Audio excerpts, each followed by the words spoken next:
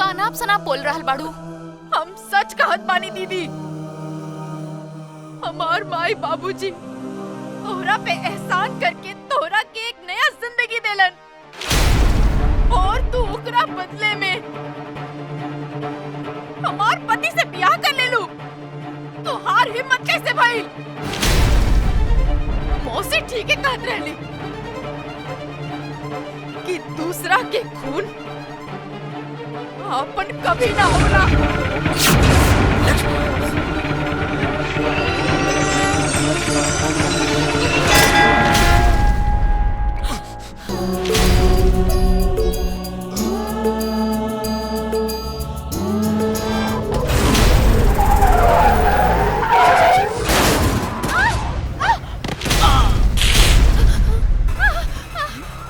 राधा, हाँ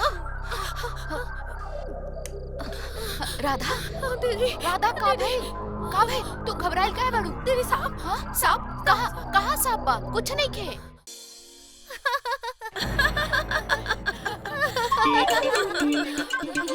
अरे ओ बबुआ, तोहरा के घायल करे वाली कबही के निकल गई आ तू ओकर सपना देखत बाड़ा। अरे कुछ न भइल बस जरा चक्कर आ गई। सब ठीक बा। चक्कर में पड़ गई। हाँ। टक्कर तो जबरदस्त रहल। लड़कियां तो दिल पे चोट करके चल गई।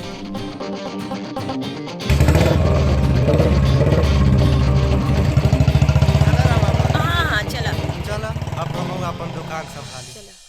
लक्ष्मी, ओ लक्ष्मी, जी मौसी। कहाँ मर गई रहलू? हाँ? अरे केकरा संग मुंह काला करत रहलू? घर में मन नहीं खे लागत तोहार?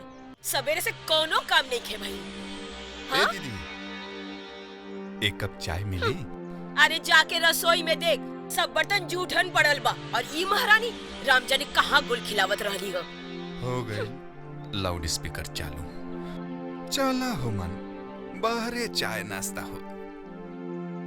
सुन लेलू? अरे तुहार चलते हमार भाई बिन चाय पानी नाश्ता के बाहर चल गई। अब खड़े खड़े मुंह का देखत बाड़ू। रसोई के सारा काम के करी? तुहार बाप। अरे तुहार बाप के तो पता नहीं खे केकर पैदाइश हो। ई घर तोहरा के आसरा ना दी तो कहाँ जैतू? ई बर्तन कपड़ा लत्ता साफ के करी? हाँ? भागे के रहित तो भाग जाई तू, जैसे तोहर माई बापू तोहरा के छोड़ के भाग गई।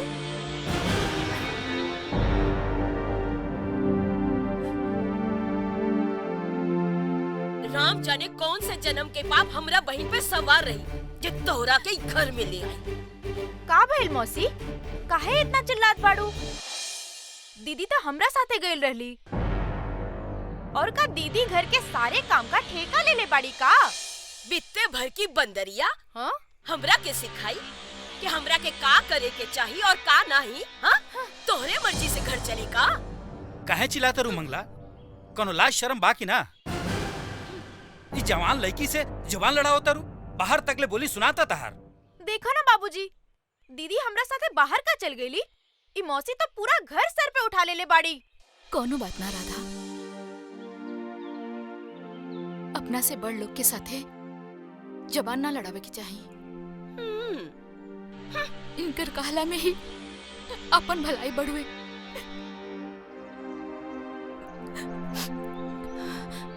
हम जाता नहीं, सारा काम निपटा देता नहीं। बड़ी एहसान होई।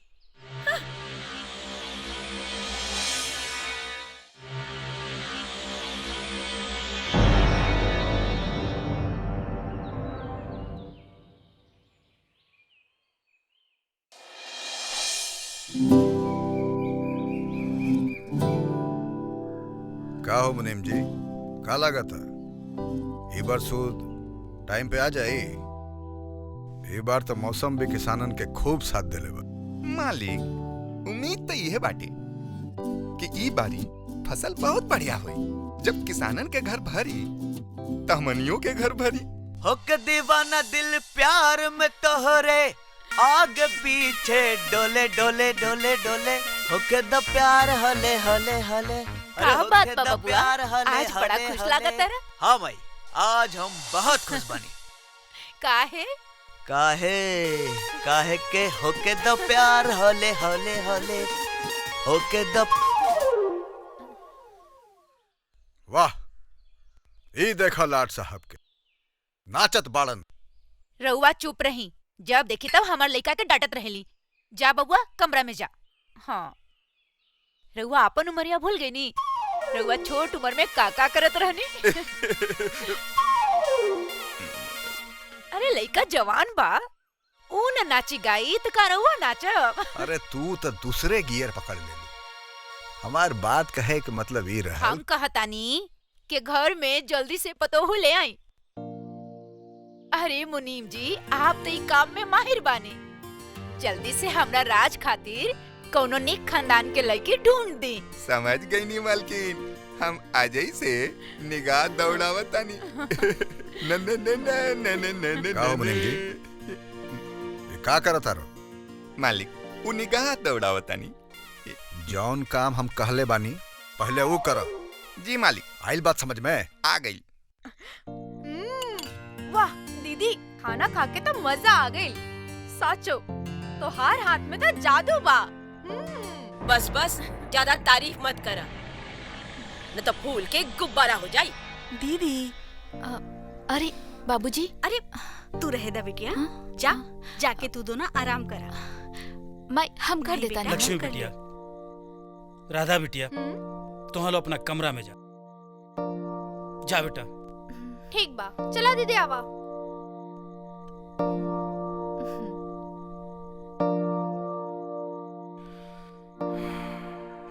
मंगला,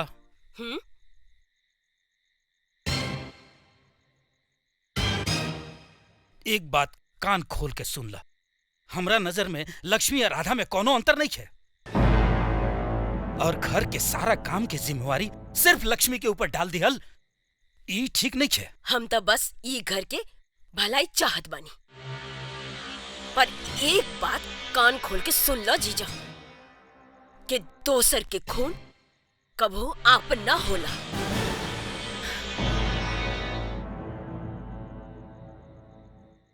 दीदी, हम जानत आनी कि मौसी के बात तोहरा के बहुत बुरा लगल हुई। उनकर बात के बुरा माना था? मौसी की तो ऐसा आदतें बा। लेकिन मौसी के आज के ड्रामा हमको तनको नीक ना लगल हा। राधा, तू हमार इतना चिंता मत करल करा। हमार भाग में सब अच्छा अच्छा लिखल बा, तबे तो हमरा के इतना अच्छा परिवार मिलल बा।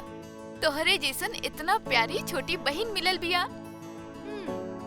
और हमरा के का चाहिए?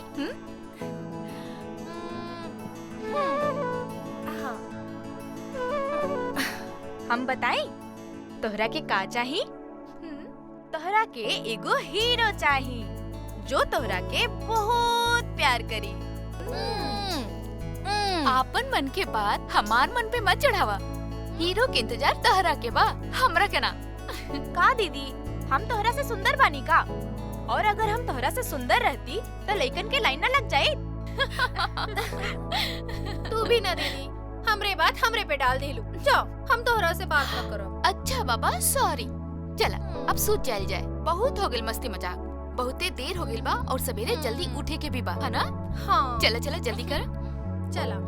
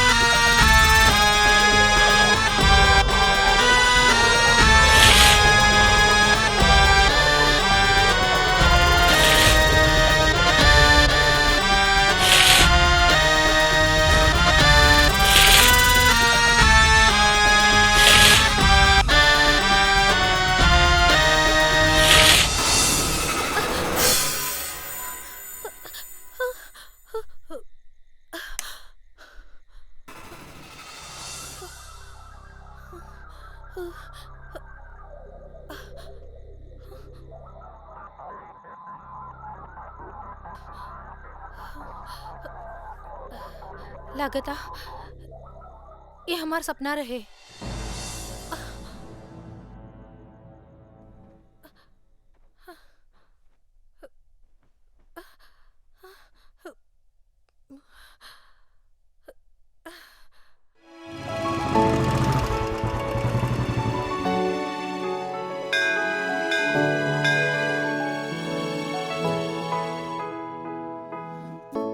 माई अरे वाह बबुआ, ये तो बहुत बढ़िया काम कैला।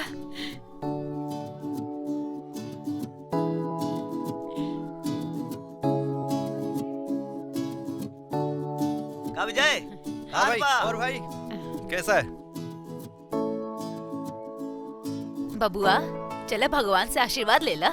ना माई तू ही जा, हमरा ई पूजा पाठ में कोनो इंटरेस्ट नहीं। काहे हो? चला आशीर्वाद ले ला। तू ही हमरा खातिर आशीर्वाद ले ली। हाँ हाँ अच्छा काल बा। एकरा के तो पूजा पाठ में कोनो ध्यान ही नहीं के। प्रणाम चाची। खुश रहा बबुआ। मैयो आइल बाड़ी? हाँ आइल बड़ी। अच्छा अरे संभल के बुढ़िया माई, संभल के, आराम से आराम से। हो गेल पूजा? हाँ बेटा। तो दो हमके प्रसाद। अरे रखा ई ला। और आशीर्वाद। तोहर मनोकामना पूर्ण हो। हाँ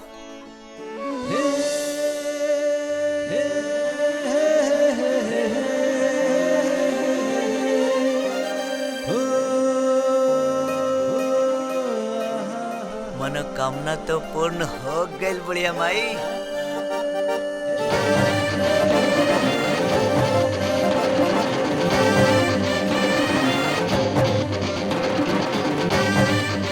अरे बिटुआ हमार पैसा बाद में दे चाचा, अभी जल्दी में पार्टी।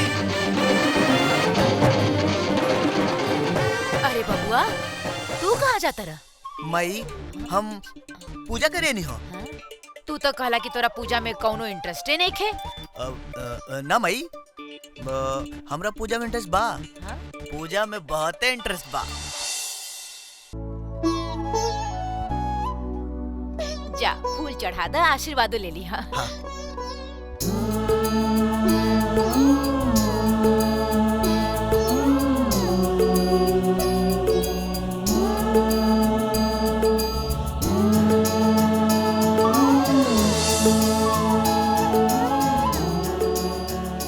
ई तो वह लड़का है जेकरा के हम धक्का मार ले रहे हैं।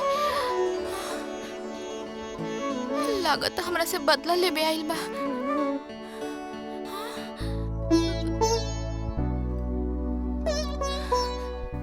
ऐसे ही हमरा के देखत रहबू तो तोहरो हमरा से प्यार हो जाई।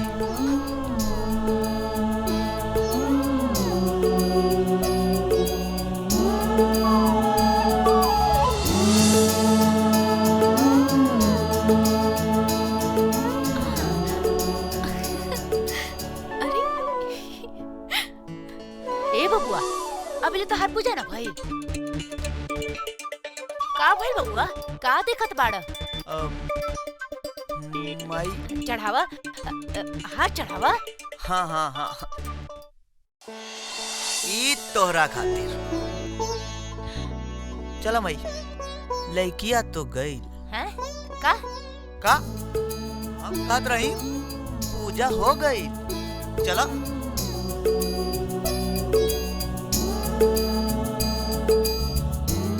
खुश रहा। चला। तोहरा के नाम आई, हम भगवान के प्रणाम करत रही। हट बदमाश कहीं के। बदमाश कहीं। ई गुरु महाराज आ गइलन राहु के साथे। अरे ई तो चंडाल योग बन रहल बा। हे भगवान, ई कैसन कुंडली बन रहल बा हमरा हाथ से। भगवान बचाई बला से। अजी सुना तानी? ला जब कोनो काम करे बैठा तब इनकर कंठ फूट पड़ेला। अजी सुना तानी कहीं जिंदगी भर दूसरे की कुंडली बनावत रानी, कभी आपन बेटी के कुंडली बनावे की सोचनी? हाँ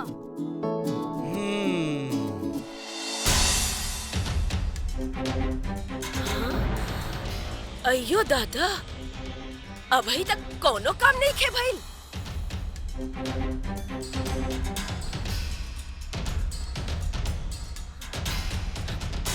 ना तो खाना बनल बा, ना बर्तन धुलल बा, न कपड़ा लत्ता धोअल बा और ना ही झाड़ू पोछा कइल बा। हाँ, सभी काम हमरा के करे के पड़ा था। हमरा बस चली तो एकरा के मार मार के खाल खींच ली, पर का करी? ई जीजा जी बेटी बेटी करके सर पे चढ़ा के रख ले बा ओकरा के। अब वही हम जाता नहीं, दीदी के बुला के ले आवता नहीं, दिखावता नहीं। ई लड़की कितना तेज-चोर हो गई बिया। हाँ? ये तो बहुत ही अच्छा बात बा। हरी भाई, राम बाबू की लड़का से लक्ष्मी के ब्याह की बात चली है। अगर राम बाबू के घर के लोग लक्ष्मी के पसंद कर ली है तो लक्ष्मी की जिंदगी बन जाई। बिन माई बाप के लड़की के जिंदगी संवर जाई। का कहलू है? देखा निर्मला, दोबारा लक्ष्मी बेटिया के कबो बिना माई बाप के मत कहिया। और एक बात कान खोल के सुन ला, जिंदगी में ई बात तोरा जुबान पर कबो ना आवे के चाहिए। अरे हम ही या तू ओकरा के मिल के पल्ले पोसले बानी जा, अनाथ आश्रम से गोद लेके आइल बानी जा। देखा, हम ही या तू ओकर माई बाप हई जा, समझ लो कि ना? अरे बाप रे, एक अनाथ आश्रम से ले आई लड़की के इतना बड़ा रिश्ता। ना बाबा ना, ये लक्ष्मी के शादी इतना जल्दी हो जाई तो फिर घर के सब काम हमरा माथा पे चढ़ जाए। फिर हम सारा दिन झाड़ुए पोछा बर्तन में लागल रहब का?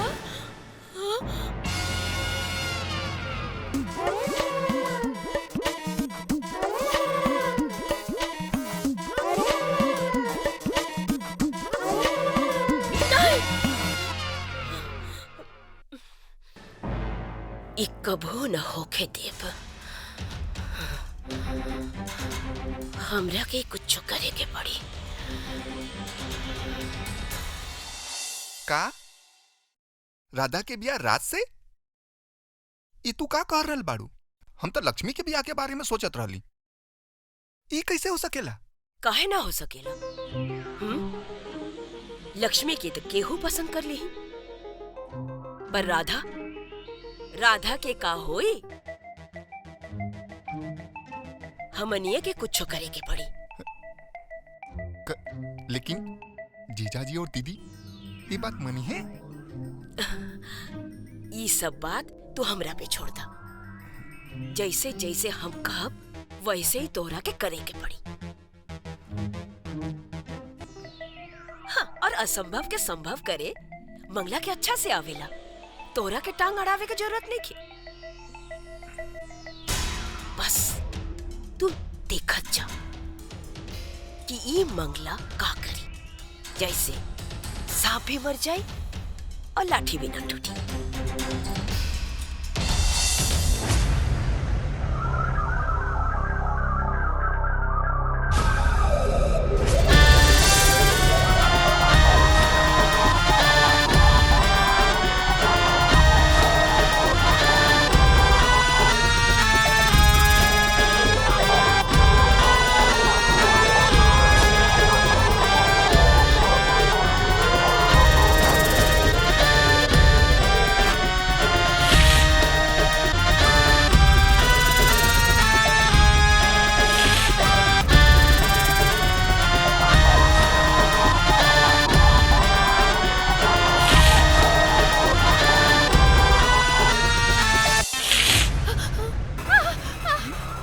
राधा, हाँ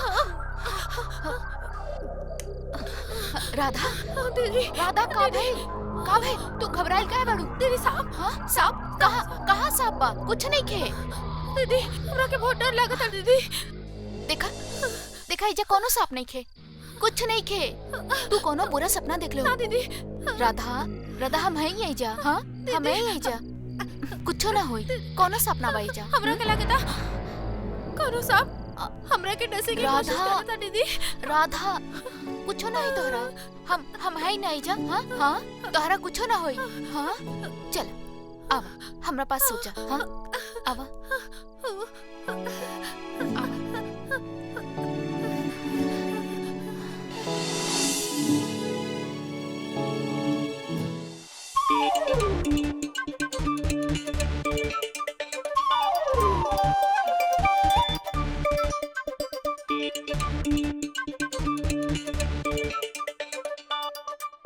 कब से इंतजार कर रहल बानी, अब तक ना आईली। कहीं आके चल तो ना गेली? उनकरा के दिखले बिना मन बहुत बेचैन होता।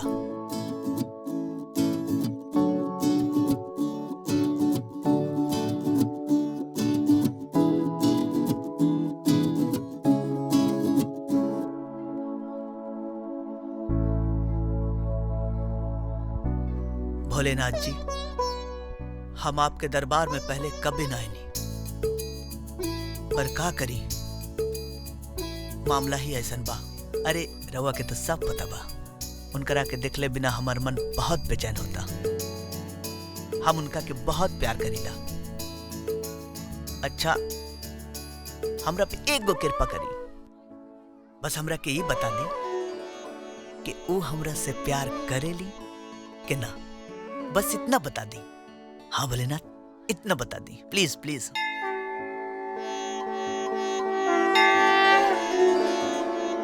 जय हो भोलेनाथ जी की जय हो। वाह, क्या आइडिया दिया है, थैंक यू। समझ गए ना का करे के बा? अरे हाँ भैया, हम सब समझ गए नी। गुड, देखा कोनो गलती ना होवे के चाहिए। अरे ना भैया, कोनो गलती ना हुई। Ready ready, good good. आ गई आ गई आ गई आ गई। शुरू शुरू शुरू शुरू।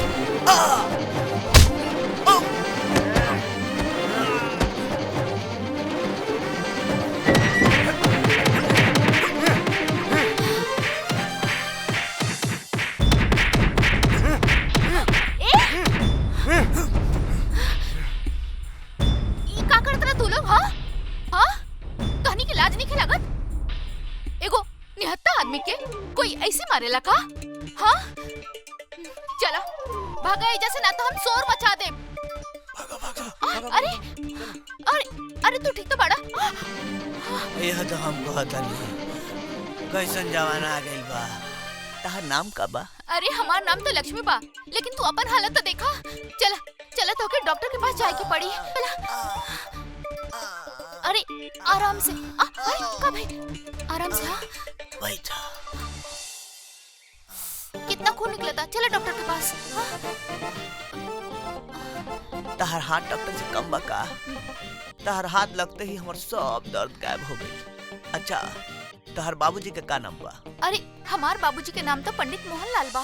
बाकी ये सब छोड़ा, डॉक्टर के पास चला। हाँ हाँ, डॉक्टर के पास तो जाई। तो घर के पता बता दो। अरे हम सब बता दे, पहले डॉक्टर के पास तो चला और उनके दिखा।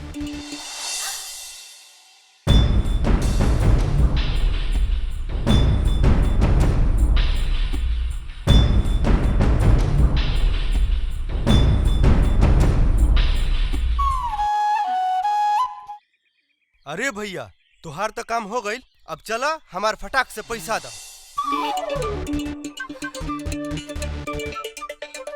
तहार पैसा हम तारा के देत हनी। रुक रुक रुक, बदमाश कही के।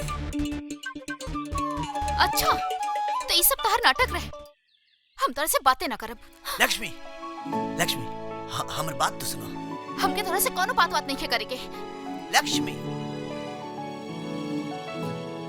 हम तोहरा से बहुत प्यार करीला। तारा से बात करे खातिर कोनो बहाना चाहत रहे, सच्ची। और हम कोई ऐसा वैसा लड़का नहीं की। राम बाबू के इकलौता बेटा है, और प्यार में ये सब तो चलेला लक्ष्मी, है ना?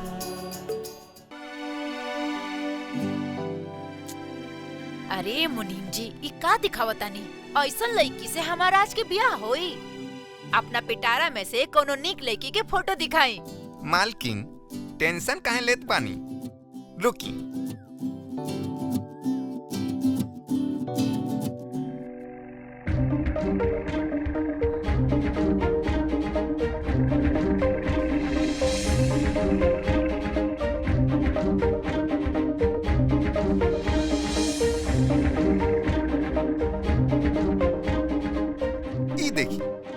एकदम खरा सोना, पंडित मोहनलाल जी के बेटी।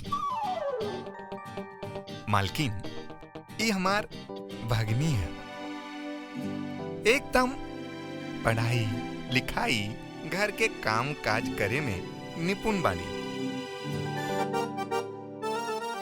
अच्छा, तोहर बाबूजी के का नाम बा? अरे हमार बाबूजी के नाम तो पंडित मोहनलाल बा। राज बाबू के साथे एकर जोड़ी बहुते जमी।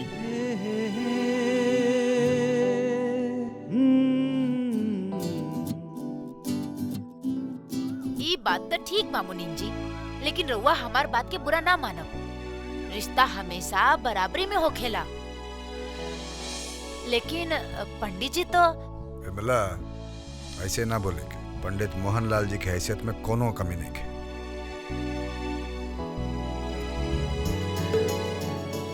लड़की तो ठीक है भी है।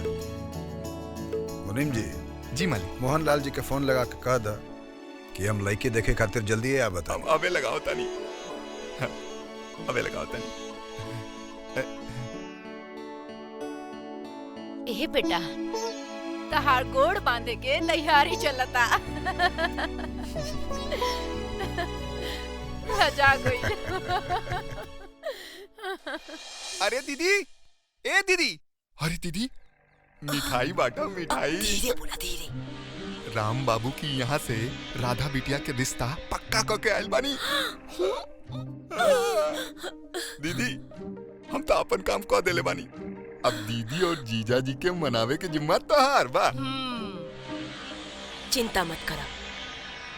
सीधा उंगली से अगर घी ना निकली ना तो उंगली टेढ़ा करे हमरा आवेला। कुछ हो जाए, राज के बिया त राधा से ही होई।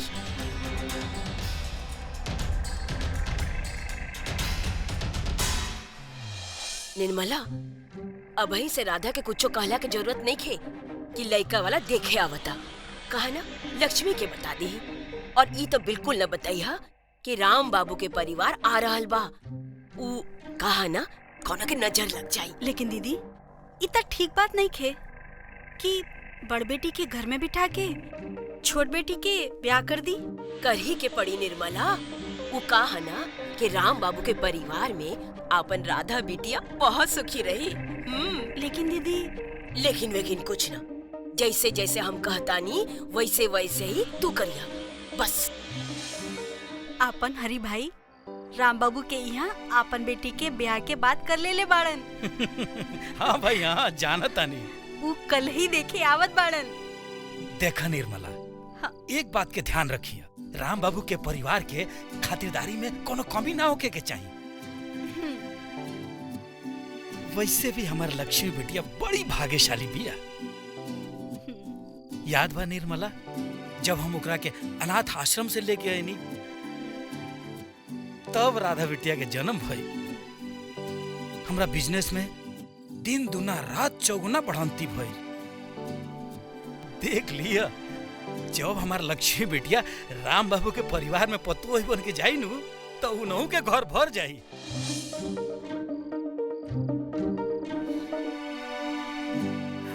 अच्छा बा, लक्ष्मी बिटिया के बढ़िया घर परिवार मिल जाई।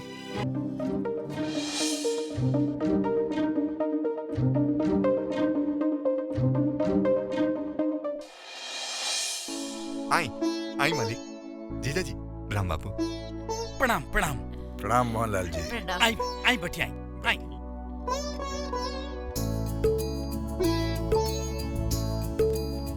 बैठा।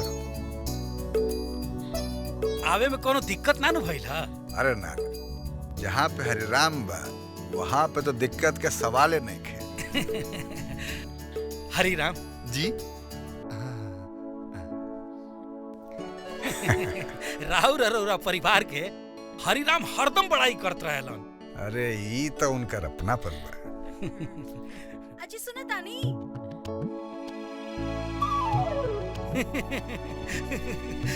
जब हम कोनो काम शुरू करी लेनु तो यही लेखन आवाज आवेला, अजी सुना तानी। अजी हर घर के तो यही हाल बा। रोलन बैठी, हम तनी सुन के आवत तानी। हाँ। पानी ली मालिक। बैठा है।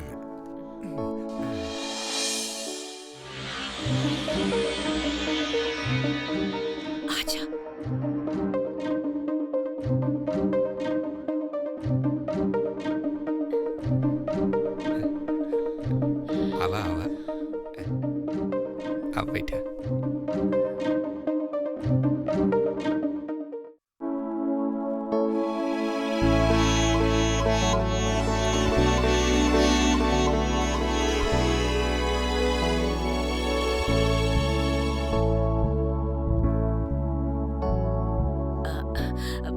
बिटिया पैर छुआ।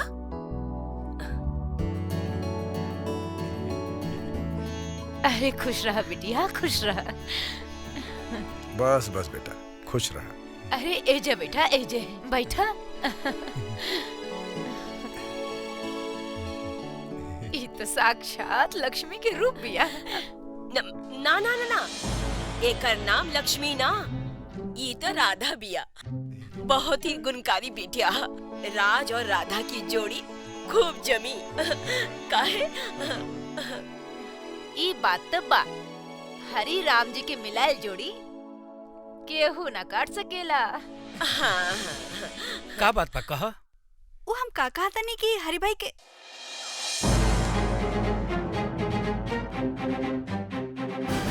अरे लक्ष्मी बिटिया, हाँ?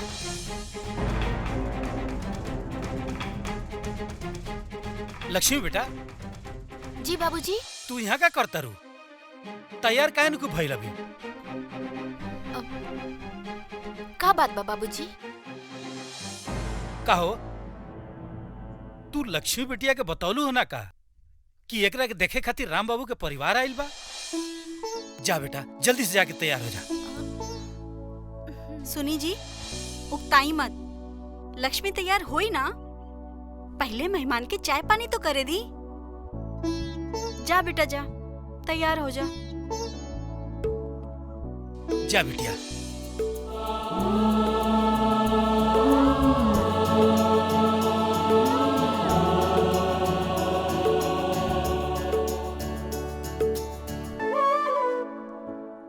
राधा बिटिया हमरा के पसंद बिया।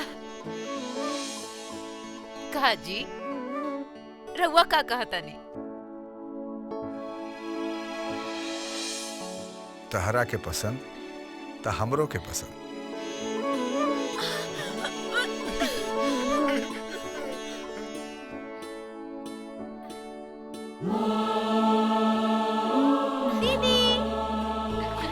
दीदी आज हम बहुत खुश बानी। का भेल राधा? पहले ई बतावा, तू कहाँ रहलू हा? अच्छा ई सब छोड़, तू जाना ताड़ू, राज के माई बाबूजी हमरा के देखे आयल रहलन। हाँ, और उ लोग हमरा के पसंद कर लीले बाड़न।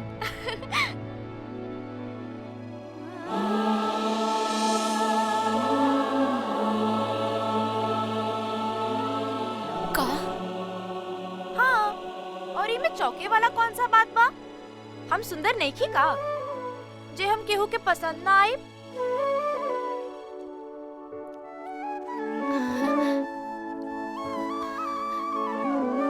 ना राधा, तू तो बहुत सुंदर बाड़ू। लेकिन आपन दीदी से कम।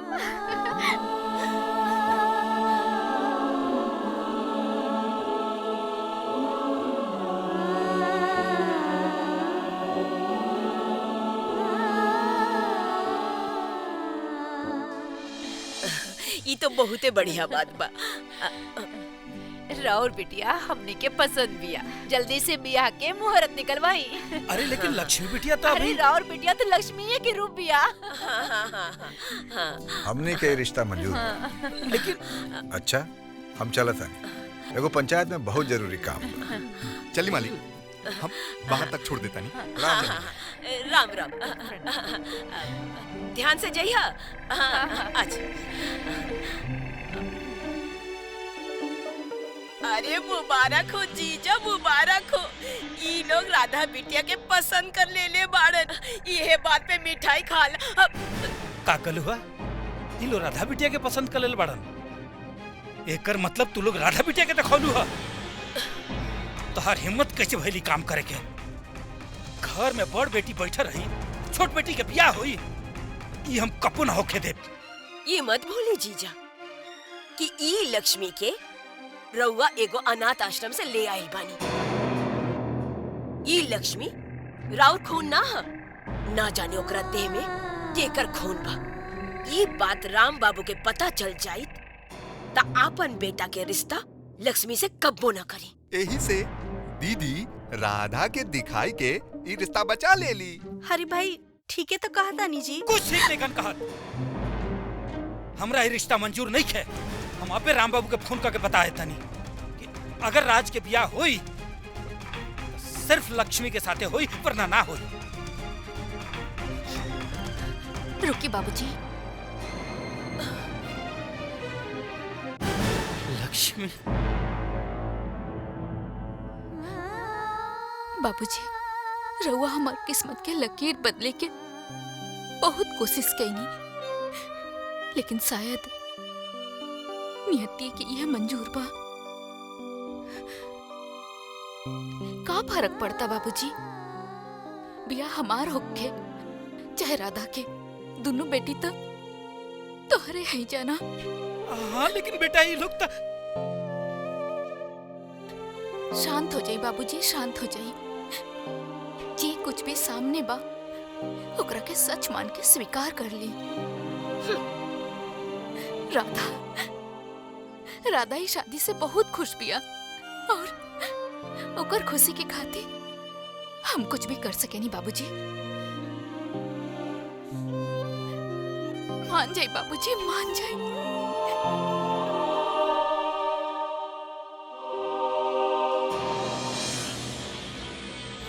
का कहत बड़ माई? हमार शादी राधा से ये कब्बो ना हो सकेला। काहे ना हो सकेला? राधा में कोनो खोट बा का? ये बात नहीं खे। का बात बा? हाँ बोला। हम दरअसल हम लक्ष्मी से प्यार करीला। हमार ब्याह होई तो लक्ष्मी से होई। हम लक्ष्मी के वचन दिले बनी। और हमार जवान के कोनो कीमत नहीं खे। हाँ? कान खोल के सुन ला बेटा, अगर तुहार ब्याह होई तो सिर्फ राधा से। हमार इज्जत के बात बा।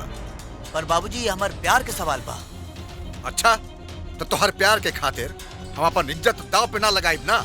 लेकिन बाबूजी बस अभी बात पे और बहस ना होई। हम मोहनलाल जी के जबान देले बानी और हमार जबान ब्रह्मा के लकीर बा, जे कौनो कीमत पे ना मिट सकेला।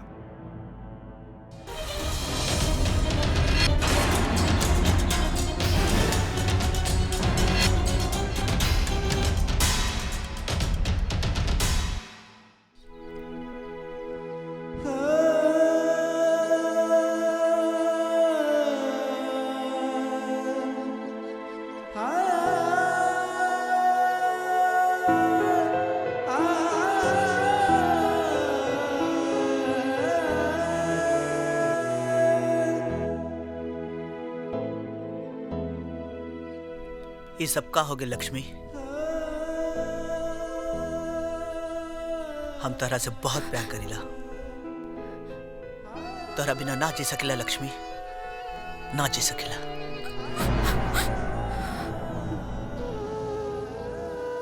प्यार तो हम तोहरा से बहुत करे नी राज।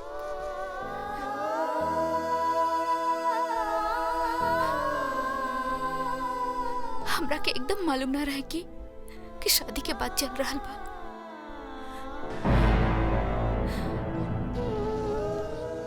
जवन हो गई ओकरा के सत्य मान के स्वीकार कर ली जा। नियति के वे शायद यह मंजूर रहे। तू हमरा के भूल जा राज।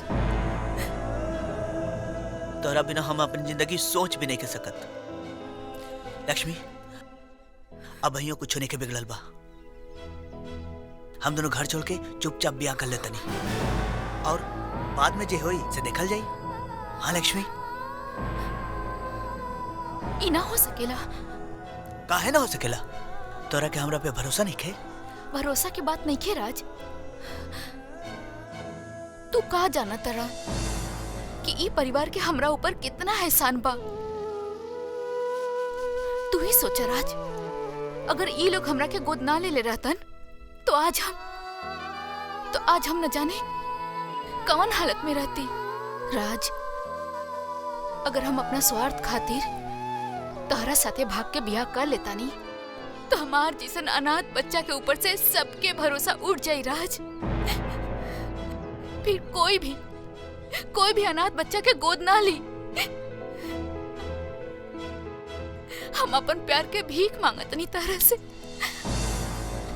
हमरा के भूल जा।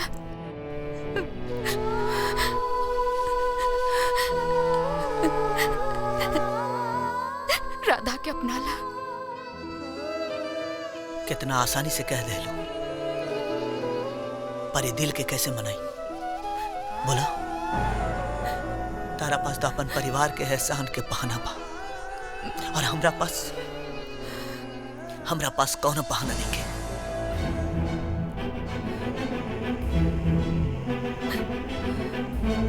हम तोरा के भूल तो ना पाई लक्ष्मी, कब ना, पर जा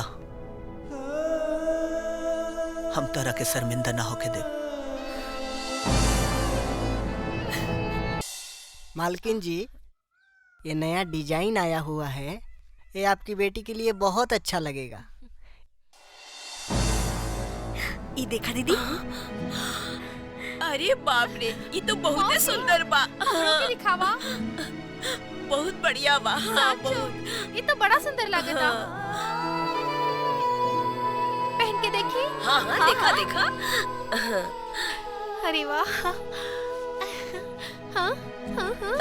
एकदम बढ़िया, बहुत बढ़िया। दीदी,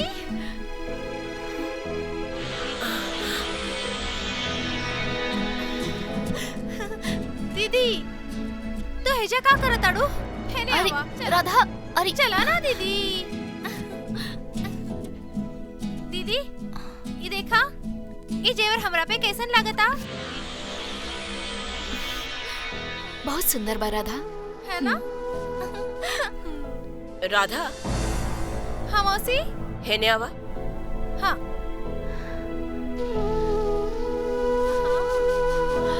ये भी बहुत बढ़िया बा।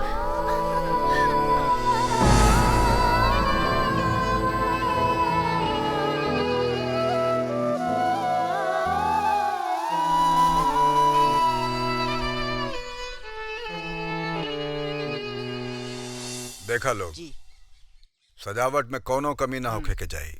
हाँ। अच्छा, सबके घरे कार्ड बटा गेल बानू।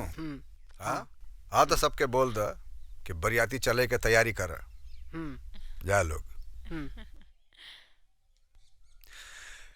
चलो भाई, हमार तो सारा काम हो गई। अब तो बरियाती जाए के तैयारी करवा बा।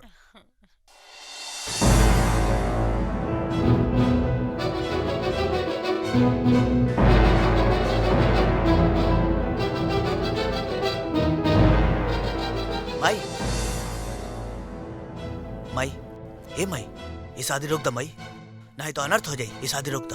देखा बबुआ, अब कुछ ना हो सकेला। तहार बाबूजी के फैसला अटल बा, एकरा कौनो ना बदल सकेला। पर माई,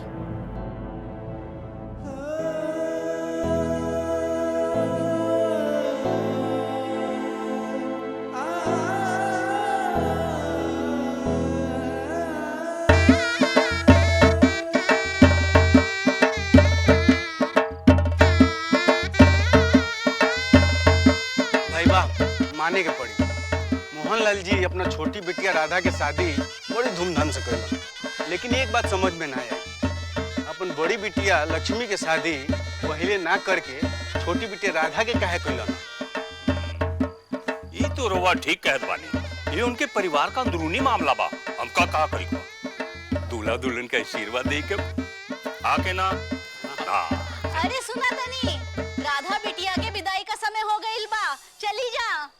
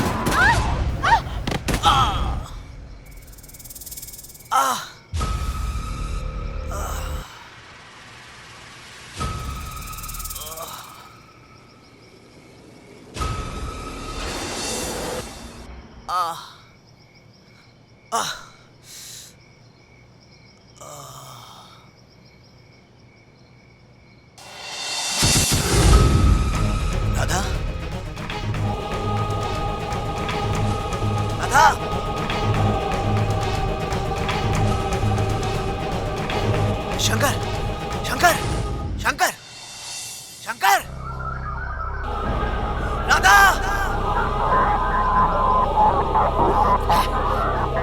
राधा,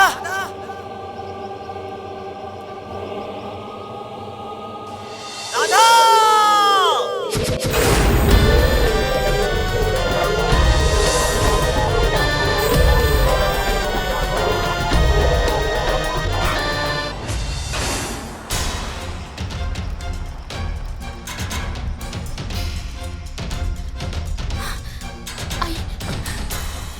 जल्दी करें, चलिए जल्दी। का भइल? समझे जी का भाई ये सब कैसे हो गई? हाँ बताई ना, हमार बिटिया कहाँ बिया? का भइल बताई ना। देखिए, आप लोग शांत हो जाइए। हाँ तो मिस्टर राज, आप हमें ये बताइए कि रास्ते में क्या हुआ था? हाँ हाँ बताओ ना बेटा, का भल रहे रास्ता में? विदाई के बाद हम और राधा गाड़ी में ड्राइवर के साथ रवाना हो गए नीचा।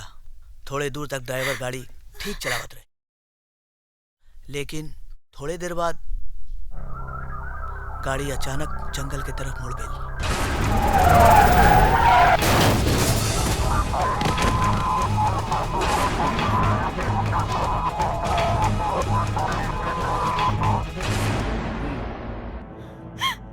इंस्पेक्टर साहब, जल्दी से हमारी बिटिया की ढूंढ दी। माई, शांत हो जाइए। ठीक है, हम अभी पुलिस की टीम को वहां भेजकर चप्पा चप्पा छान मारेंगे और राधा को ढूंढ निकालेंगे। आप सब लोग घर जाइए।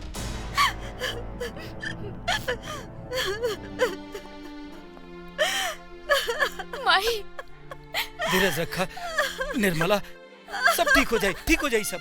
ना जाने हमारी बिटिया कौन हाल में होए।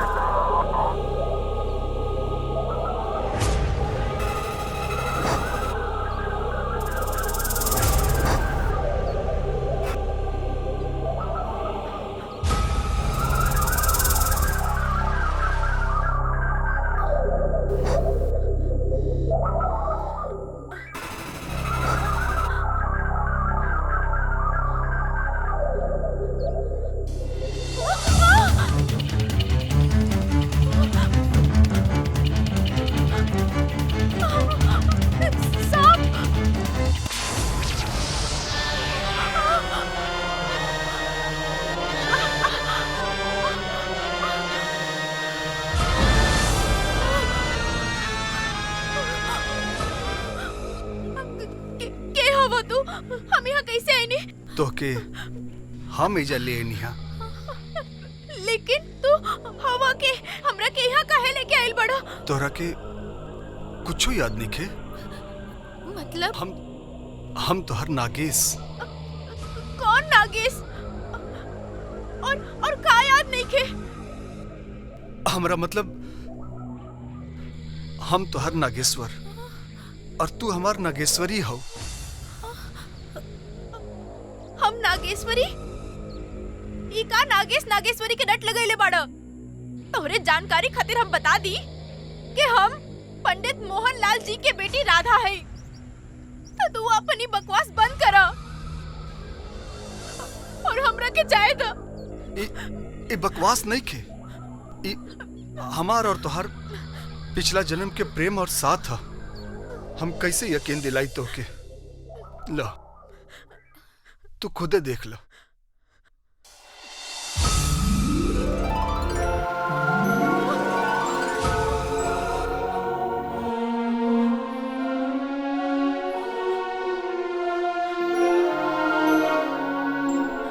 जब तक हमार प्रभाव तुहार देह पे पड़त रही तोहरा के तोहार पिछला जन्म याद आवत रही।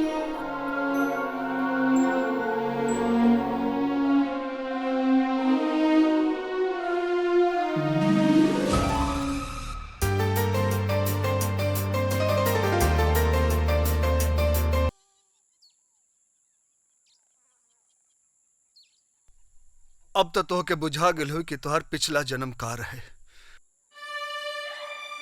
तू हमार प्यार हो नागेश्वरी। हमनी के प्रेम अमर बा। ओ दिन नेवला से लड़ाई में तोहर मौत हो गई और तू हमरा से बिछड़ गेलू। फिर तोहर जन्म मनुष्य जाति में भइल। पर देखा,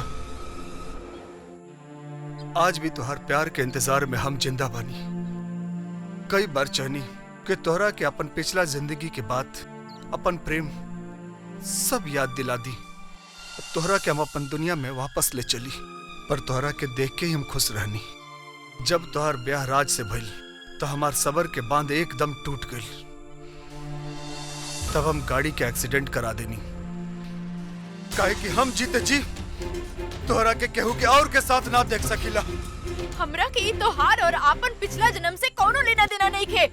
ई जन्म में हमार प्यार राज से भइल बा और ऊ है हमार पति हवन। उनकरा सिवा हम केहू के नहीं की जानत। राज, राज, राज, हमार राज कहाँ बाड़न? उनकरा के कुछ भइल तो नहीं के ना? तू का कइला हमरा राज के साथे? राज के कुछ होने के भइल। सही सलामत अपन घरे पहुंच गेल बाड़न। नागेश्वरी, वो तोहार पति ना, हम तोहार पति है। अब हमनी के केहू अलग नहीं कर सकत। आओ आओ, चली जा हमनी के अपन दुनिया में, जहां जन्मों से साथ रहनी जा।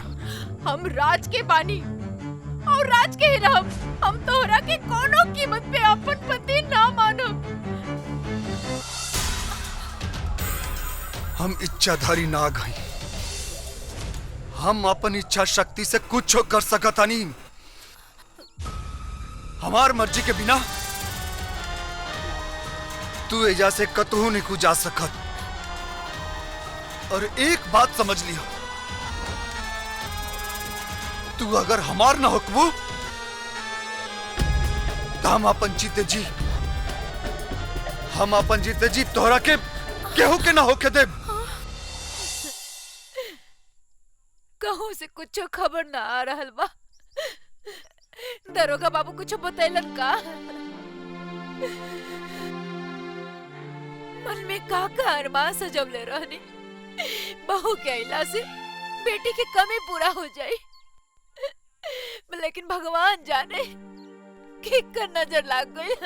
तो धीरज धरा, सब ठीक हो जाए। मिस्टर राम बाबू। इंस्पेक्टर साहब, राधा बिटिया के कुछ पता चलल कि ना?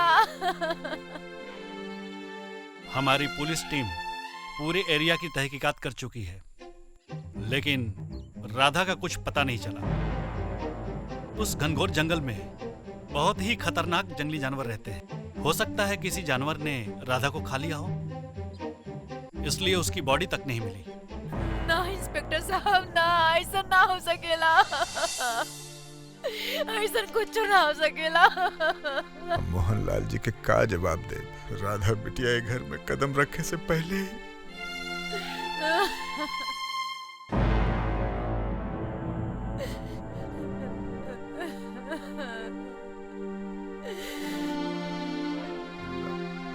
अब हमें मान लेना होगा कि राधा इस दुनिया में नहीं है, इसलिए हमने राधा की केस की फाइल बंद कर दी है। मैं चलता हूँ।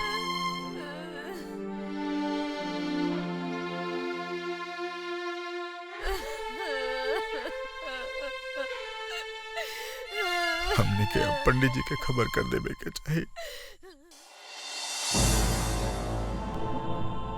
का भाई?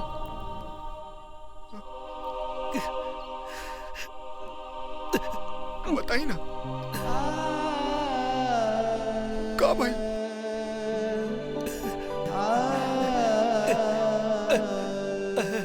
अनर्थ हो गई। कैसे अनर्थ हो गई। का भेल बाबूजी? राधा के कोनो खबर आइल बका? राधा लौट के ना आई। ये बात मान लेवे के पड़ी, ये सच बा। बेटा राधा भी दुनिया में नहीं थी। हे भगवान, ऐसे तो अच्छा हो कि राज के बिया हमरा साथे हो जाई, राधा के जगह हम गुम हो जाती, तो कम से कम राधा तो बच जाई ना। ये लक्ष्मी ठीक कहत बारी, अगर ये राधा के जगह हुई तो कम से कम अपन इकलौती बिटिया तो बच जाई। मनोज बात मुंह से निकाला तारू, अब यो तार करिया ठंडा लिखेगा। अपना करिया जवान पर लगाम था, इस सब का धरता हारा। ना जाने हमरे लक्ष्मी बिटिया से कौना जन्म के दुश्मनी बाय कर, जब देखा तब पीछे पड़ा रह ले। जा यहाँ से, उठ उठ। शैतान कहीं का।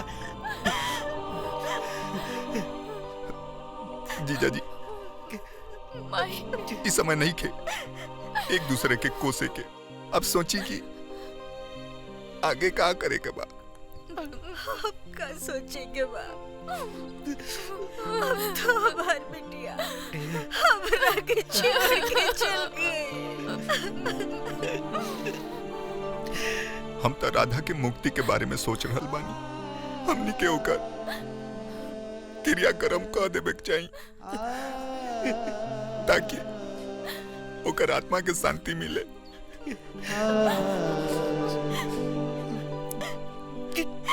लक्ष्मी बिटिया जा,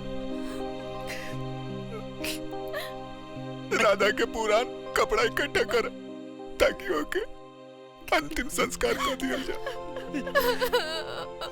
बाकी के 12वीं और 13वीं राम बाबू के घरे हो जाए।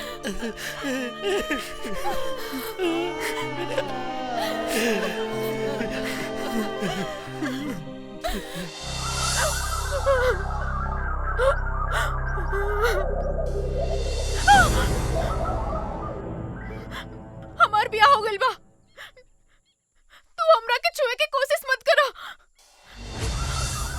हमार पति और हमार माई बाबूजी हमार राह देखत हुई है।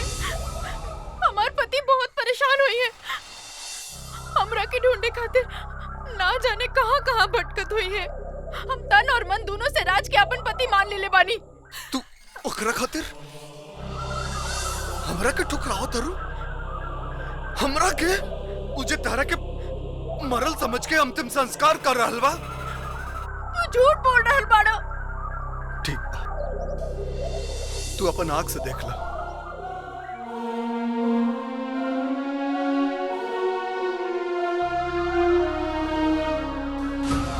अनादिनिधनो देव शंखचक्र गदाधर अक्षय पुंडरीकाक्ष प्रेत मोक्ष प्रदो भव पितृवंशे मृताये च मातृवंशे तथैव च गुरुसुशूरबन्धूना ये चान्ये बान्धवा स्मृता ये मे कुले लुप्तपिण्डा पुत्रद्वारा विवर्जिता क्रियालोपगताये च जातन्द्यापङ्गवस्थिता निरूपा आमगर्भश्च ज्ञाता ज्ञाता कुले मम तेभ्यो जलं मया दत्तु अक्षयमुपतिष्ठतां ये बान्धवा ये अन्य जन्मानि बान्धवा ते सर्वे तृप्तिमायान्तु मया दत्तेन वारिना।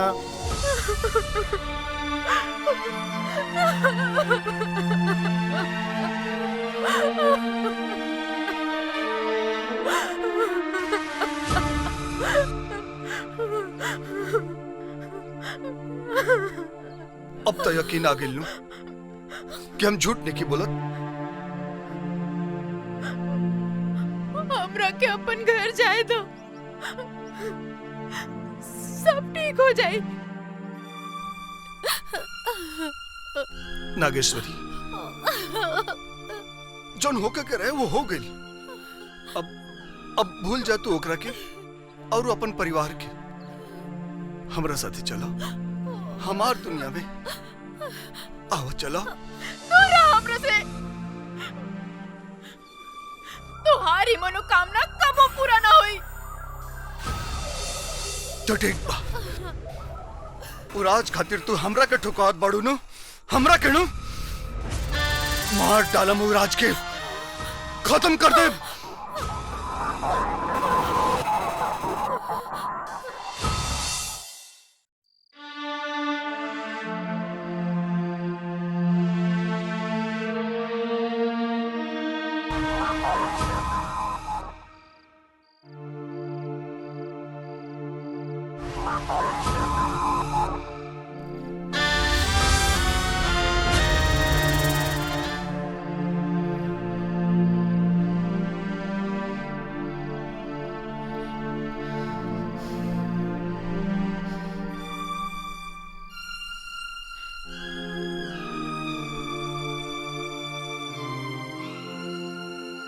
ए बेटा, खाना खाला? बहुत देर से कुछ न खैला हा। हमरा भूख नहीं खे। ऐसे ना बोले के चाहिए। अब खाना से भला कौन सा बैर? कहता नहीं ना हमरा भूख नहीं खे। माई, हमरा के अकेले छोड़ दे। कब तक ऐसे चलत रही बेटा? जे होए के रहे से तो हो गई। का हो गई? उहे नु जे तू लोग चाहत रहलू, सब तो तोहन लोग के कारण भइल बा। अरे तोहन लोग के ई होने के पता कि तोहन लोग एक साथ 3 जिंदगी बर्बाद कर देले बड़ा। हम तो लक्ष्मी से प्यार करत रही, राधा से ना। और ऐसा नियति के भी मंजूर ना रहे कि हम राधा से ब्याह करी। यही से तो राधा हमेशा के लिए हमरा से दूर हो गई। ए बेटा, हमने सब तो तुहार भला ही चाहत रहनी ना, लेकिन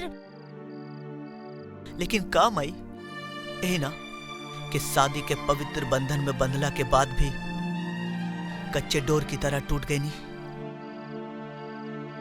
तुहार लोग के एक गलत फैसले से हमारी जिंदगी नर्क बन गई।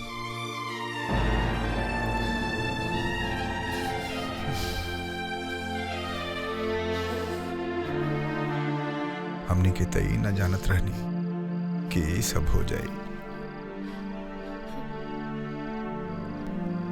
सब जानत रहनी बाबूजी, सब जानत रहनी। तहनी सब लोग के मन में ठंडक पड़ गई ना। राधा तो अभी दुनिया में नहीं थी और लक्ष्मी की भी जिंदगी बर्बाद हो गई। सब खत्म हो गई।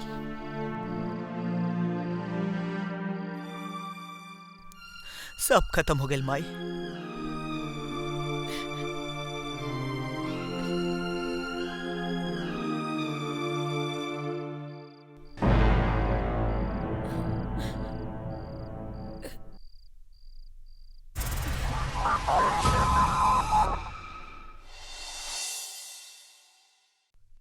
जीजा जी, राम बाबू, आई। प्रणाम। प्रणाम। बैठी ना। बैठी।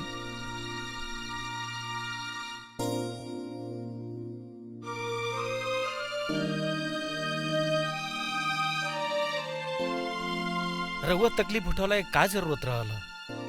हरिराम से कह देती, हम रहुआ यहाँ आ जेती। बात ही रहे कि कहीं ना का बात रहे? बहुत सोचे विचारे के बाद हम ये फैसला लेनी है और ये फैसला में राउर सहमति चाहता। हम अपन बेटा राज खातिर लक्ष्मी बिटिया के हाथ मांगे आयल बा।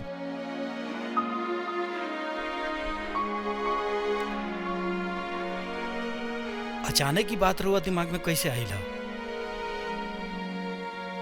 मोहनलाल जी, अब हमरा से अपन बेटा की हालत देखल नहीं जात। राधा बिटिया ते हमनी के छोड़ के पहले चल गए। ओकरा तो चाह कर भी हम सब वापस नहीं खिला सका। पर राज के तो पूरा जिंदगी पड़ल बा। राज के अब केवल लक्ष्मी संभाल सकेले और ये खातिर बहुत ही आस लेकर हम रउआ के पास आयल बानी। और हमरा पूरा उम्मीद बा कि फैसला में राउर सहमति हुई। इमे सोचे के कामात में जीजा जी, ये तब बहुत ही अच्छा फैसला बा। समझी जी,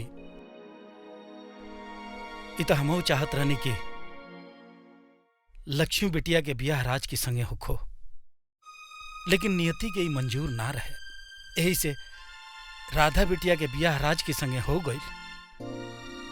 अब हम का कहीं,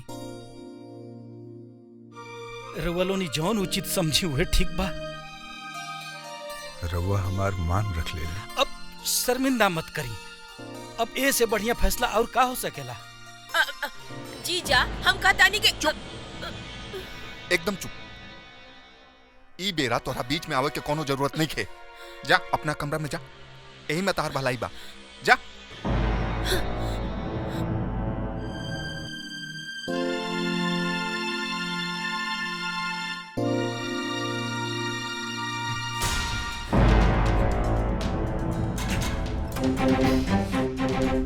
तोहार दिमाग खराब हो गई बाका। ये का कर रहल बाड़ा तू? चुप, बिल्कुल चुप। ये जो आज सब हो रहल बा, ये सब बहुत पहले होके के चाहिए, पर ये सब तोरा कारण भइले। राज के ये हालत के जिम्मेदार तू हो, और राधा के मौत के जिम्मेदार भी तू ही बाड़ू। तू अपन स्वार्थ के खातिर लक्ष्मी की जगह राधा के राज से बियाह करवा देलू। तोहरा अपना स्वार्थ के अलावा कुछ नहीं के बुझात। अरे न जाने लक्ष्मी से तहार कौन डाह बा जन तू ओकरे पीछे पड़ल बाड़ू। अरे कम से कम भगवान से तो डरो। ठीक बा, अब तू शांत हो जा।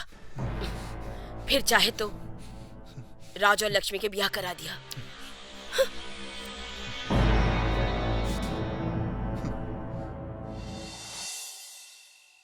काजी, समधे जी मान गईलन? हाँ विमला, हमारे एगो गलती के कारण ये घर के खुशी छिना गई। हम राज के बाप हैं, हमरो करेजा में अपन बेटा के खातिर दर्द बा। हम राज के खातिर मोहनलाल जी से हाथ जोड़ के लक्ष्मी बिटिया के हाथ मांग ले,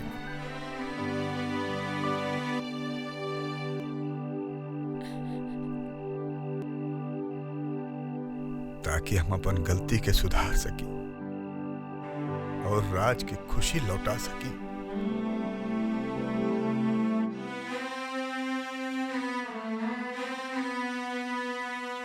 बाबूजी,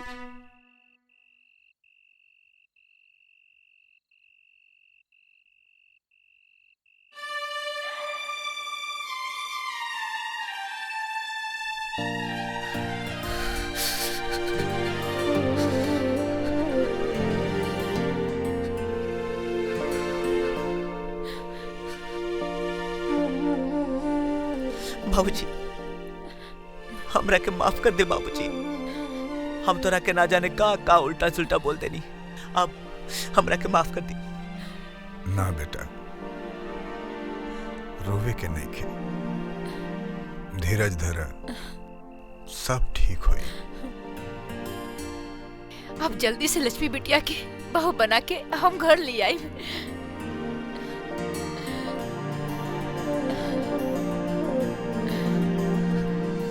हाँ जी, ठीक है कहता नहीं। हाँ माई,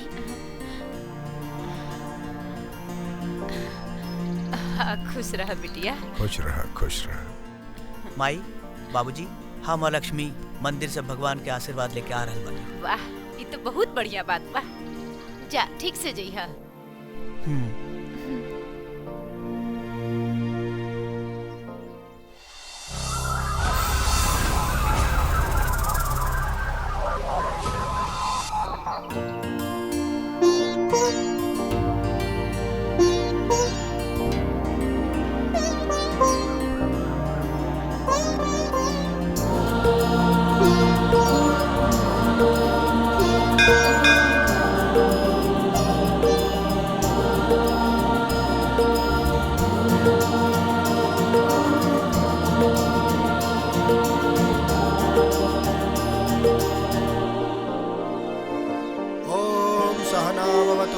मानौ भुनक्तु सह वीर्यं करवावहै तेजस्विनावधीतमस्तु मा द्विद्विषावहै ॐ शान्तिर्शान्तिर्शान्तिः।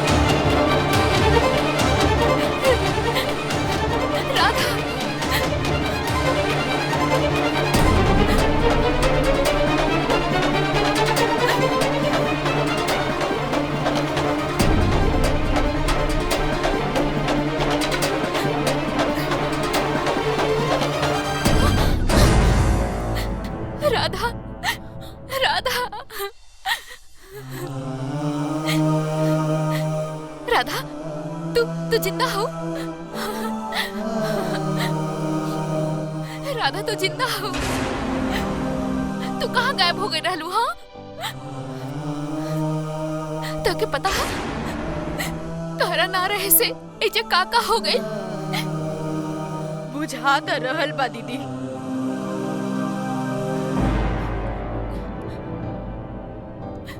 कि बहुत कुछ हो गइल बा। राधा, माई बाबूजी तोहके देखिए ना तो एकदम खुश हो जाइए। चला घरे चला। छोड़ा हमरा के, हम सोच भी ना सकत रही कि तू हमरा साथे इतना बड़ा खेल खेलबू। ई मगरमच्छ के आंसू बहावल बंद कर। हमरा गायब होते ही तू हमार सुहाग से ब्याह कर ले लू। बोला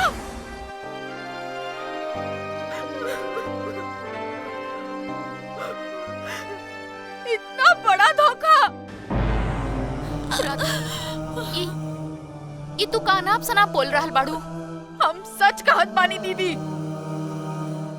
हमार माई बाबूजी तोहरा पे एहसान करके तोहरा के एक नया जिंदगी देलन, और तू ओकरा बदले में हमार पति से ब्याह कर ले लू। तोहार हिम्मत कैसे भइल? मौसी ठीक है कहत रहली कि दूसरा के खून अपन कभी ना होला, कभी ना। बस करा राधा, बस करा।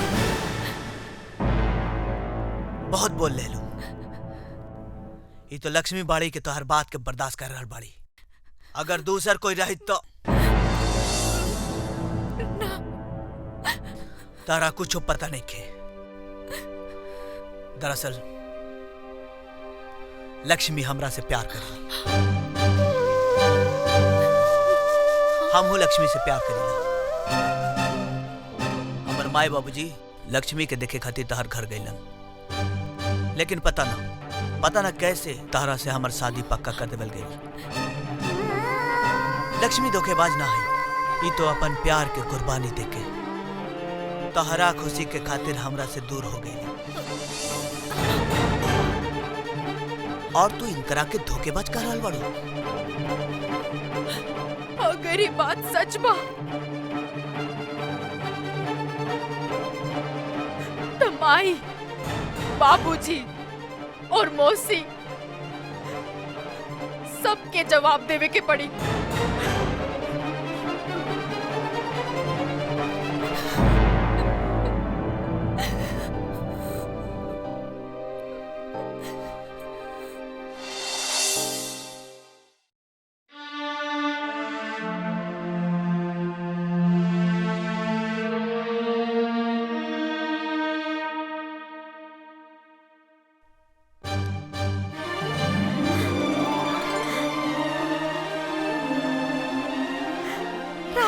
राधा बिटिया, राधा, राधा बिटिया।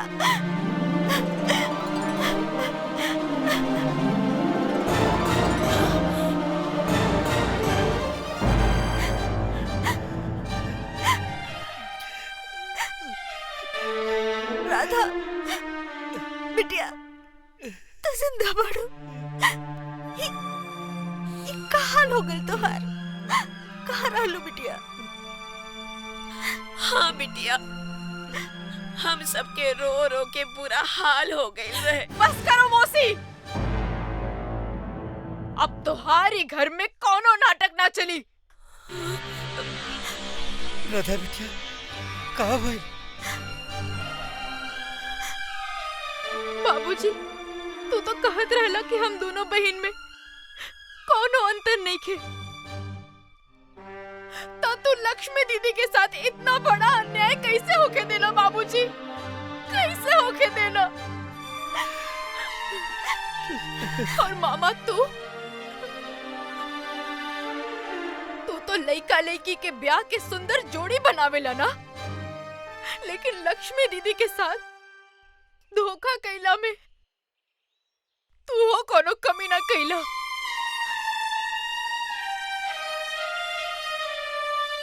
और माई तू हो ही जाने की कोशिश ना कैलू कि लक्ष्मी दीदी के मन में का बा। बेटा, हमरा हमार गलती के एहसास बा। ना माई, सबसे बड़ा गलती तो हमार रहल जे वो दिन हम मौसी के बाद में आके राज से ब्याह करे खातिर हाँ कर देनी। का बात बा मौसी? बिटिया, हाँ, ये फोटो देखा। ये तो बहुत स्मार्ट और हैंडसम लड़का बा। लेकिन मौसी, तू हमरा के ये फोटो काहे दिखावत बाड़ू? ई लड़का से तोहार बाबूजी लक्ष्मी के बियाह पक्का करत बाड़न। अरे वाह, ये तो बहुत बढ़िया बात बा। ना बिटिया, ये बहुत बढ़िया बात ना है। अगर ई लड़का के साथ लक्ष्मी के बियाह हो जाए तो ई लड़का 1 हफ्ता के भीतर मर जाए।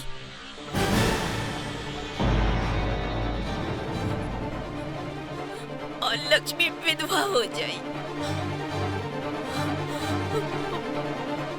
ये का कहत बाड़ू मासी?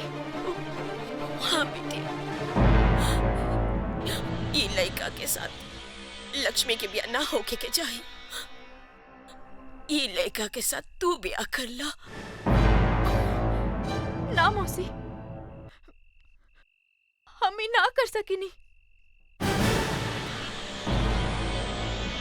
तू का चाहत बाड़ू कि लक्ष्मी एगो विधवा की जिंदगी जिए?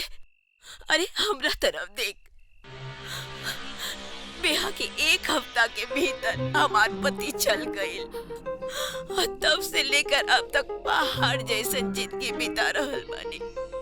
एगो विधवा के जिंदगी का होला हमसे बेहतर के जानी। हम नहीं के चाहत कि लक्ष्मी हमरे जैसी जिंदगी बितावे। एगो विधवा की जिंदगी।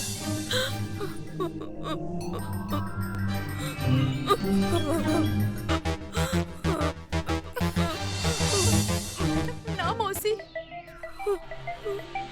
हमें ना होके दे। हम दीदी के विधवा के रूप में ना देख सकेनी। तू जैसन कहबो हम वैसे ही करब।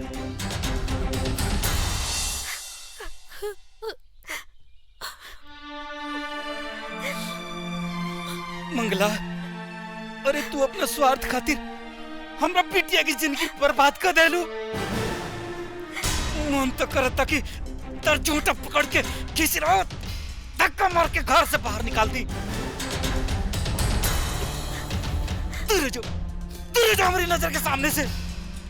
शांत रही जी। हटा, शांत रही।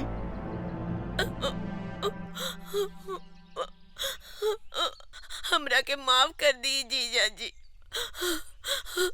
वो तो राधा बिटिया के भलाई के खातिर हम ये सब कैले रहनी,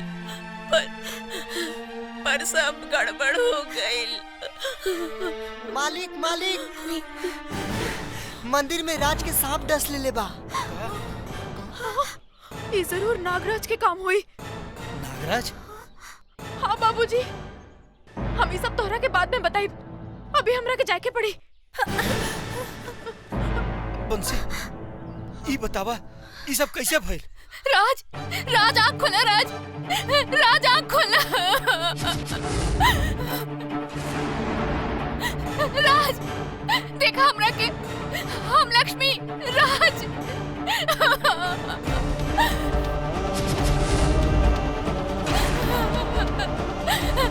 अरे केहू बा हमार मदद करे खातिर। राज, राज,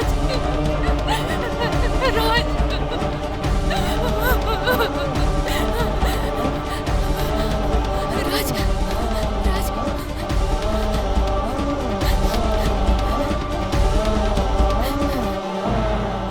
हे भोलेनाथ, हमार पति के बचा ली भोलेनाथ।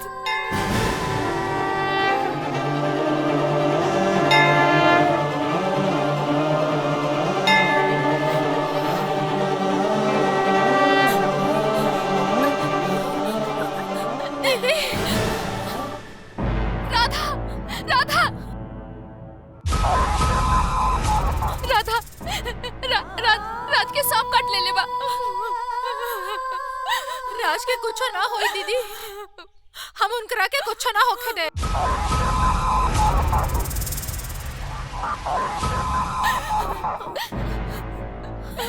राज,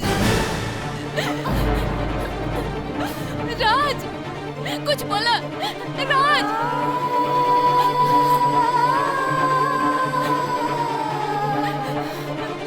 राज कुछ बोला ना, उठा ना राज, उठा।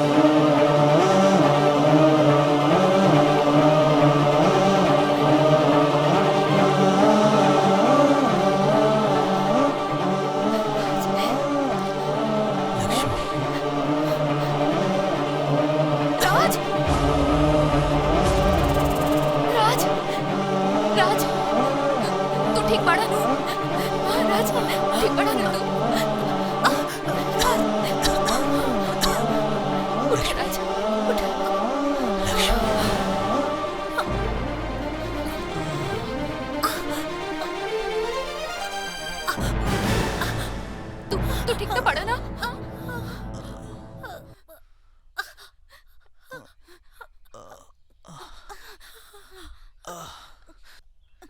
आराम से। राज, तू ठीक पड़ा ना? हम ठीक बानी, हम ठीक बानी।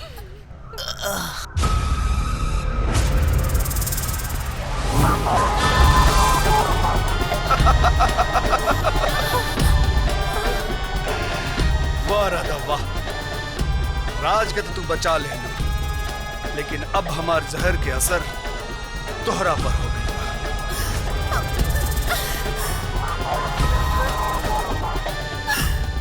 अब तो के हमार दुनिया में हमरा साथे चले से केहू नहीं के रोक सकत। हम मर जाए,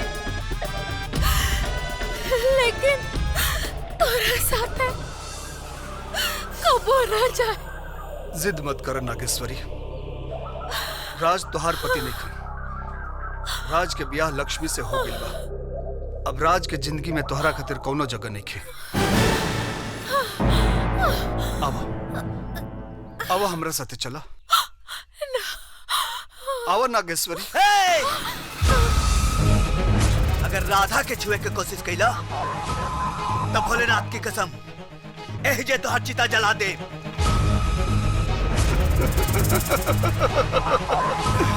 राज, तोहरा से हमार कोनो दुश्मनी नहीं है। तू हमार रास्ता से हट जा। आवा नागेश्वरी। राज हट जा।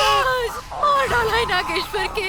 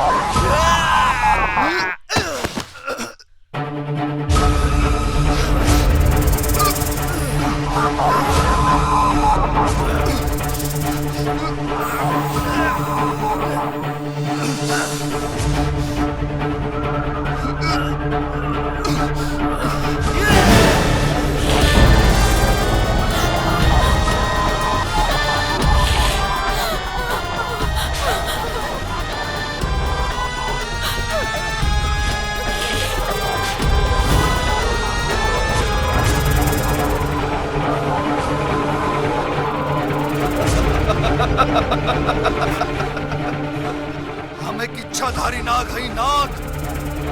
हमरा के मारे के ताकत मनुष्य जाति में नहीं खे। ठीक कहा तारा नागेश्वर। तहरा के मारे के शक्ति मनुष्य जाति में नहीं खे, लेकिन भगवान शंकर भोलेनाथ में शक्ति बा।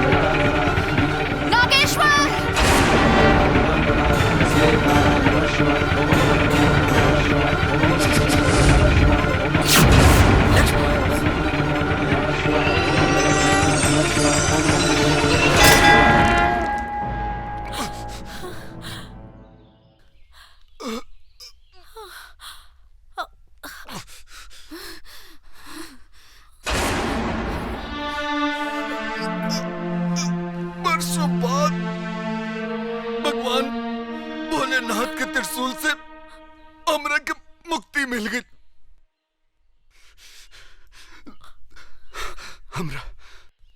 हमरा अपन मौत के कोनो गम नहीं के। सब हम अपन प्यार के पावे खातिर कैले रही।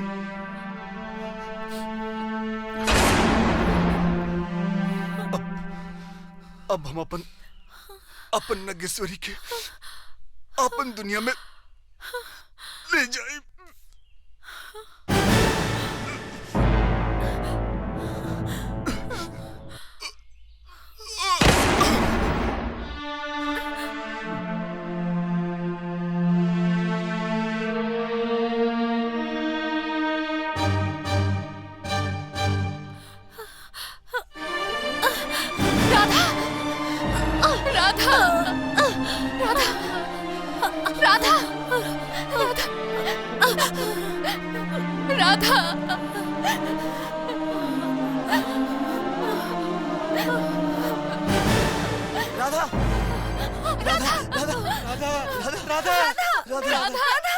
राधा बिटिया, राधा बिटिया, कहाँ है बिटिया? अच्छा भाई, राधा आ गई लो। दीदी, जाने अनजाने में तारा के बहुत कुछ बोल देने हमरा के ना कर दिया। ना राधा, ना तोहरा से कहतिया